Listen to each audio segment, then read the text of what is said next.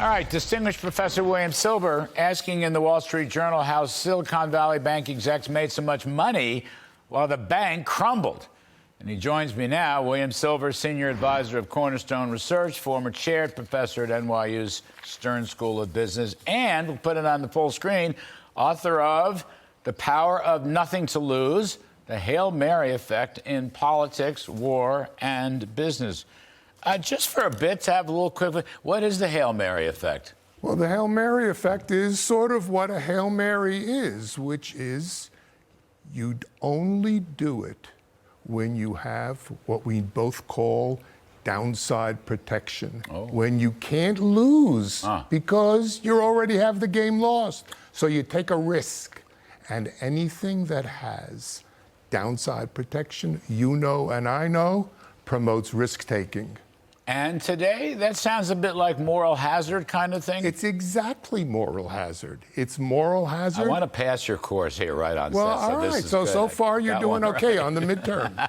You're doing pretty good. So it is like too much moral hazard. It's related to moral hazard. Yes. Absolutely correct. And the point you make, though, in the Wall Street Journal article, which is very important, here are these execs from this bank, which I call it a rogue bank. That's my definition, not yours. But in any event, because no one paid any attention to duration risk, to all the bonds they own, and the interest rate risk on those bonds, which brought the bank down. But meanwhile, while they owned them, the executives had incentives. They were making a fortune. Now, how is that possible? Well, you know and I know of the key importance of incentives. Yes. Right? Incentives are everything. Well, in this particular case, because bonds are put away into this held-to-maturity account and don't have an effect of the varying price on the income statement, and they can actually take the coupon of those bonds and use it, that says to me it's a no-brainer. I'm going to load up on these things. The coupon goes into income, Absolutely which goes correct. into their whatever bonuses of the top executives. That's correct. Right. So nobody paid any mind to this. This is what blows me away. Where were the San Francisco Fed supervisors and examiners? This is this may be a regulatory problem, but it just strikes me as an examination problem. Well, these bonds and their losses, and there were huge losses on these bonds. They bought them when coupons were 2%, and now they're close to 4%. That takes a 15% drop in a 10-year bond. And those losses are in footnotes. They are in the footnotes because if they had to sell, then you would realize them. They hoped that they could hold it to maturity. We both know if you hold a government bond to maturity, you're going to get the 2% yield. Yes. But if you have to sell them, and in this case, they had to sell them, you're going to lose money.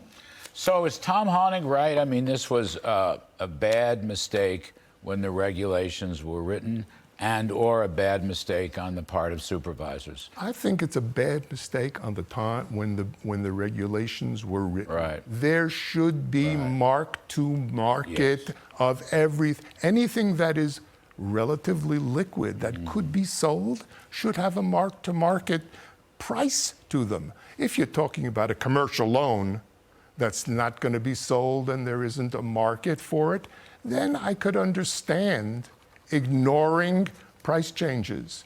But these are government bonds. They're traded every day.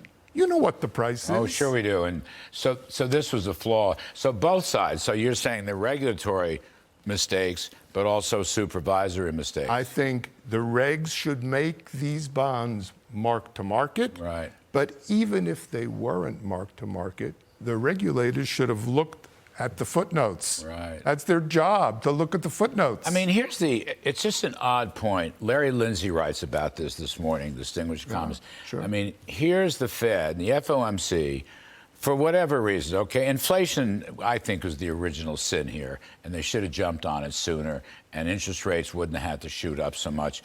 But most people agree about that part of the analysis. But you're sitting here at these FOMC meetings, you got another one this week. you would think because they're raising rates as rapidly as anything we've seen in decades and decades, they would have warned the bank supervision people in the Reserve. I actually served for a while in the New York Fed and bank supervision. Somebody should have been warned to look out that these bond values are going to crash down. I would think that even if you didn't warn them, they should have known. Yes, right. Even if you didn't warn them, Yes. they should have known. It's in the footnotes. Isn't that something? The footnotes. Yes. Wow. Hard to believe. Let me ask you one last one, Bill Silber. What do you think the Fed should do now? They'll give us an announcement on Wednesday. Wall Street is debating pause, don't pause, pause, don't pause, raise rates later, whatever. What does William Silber think? I think it would be a mistake to pause.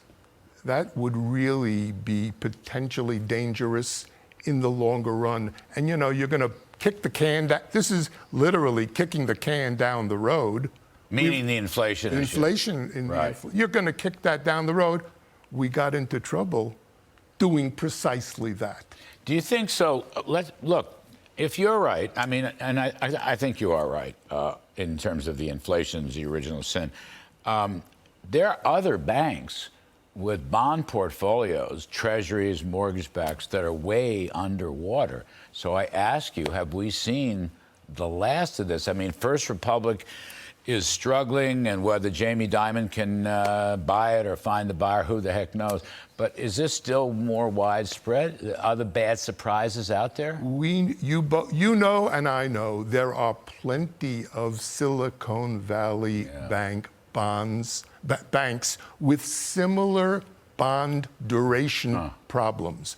The question will be, will there be a withdrawal of deposits from those banks? Right. And right now, you know, the Fed is taking those bonds at face value.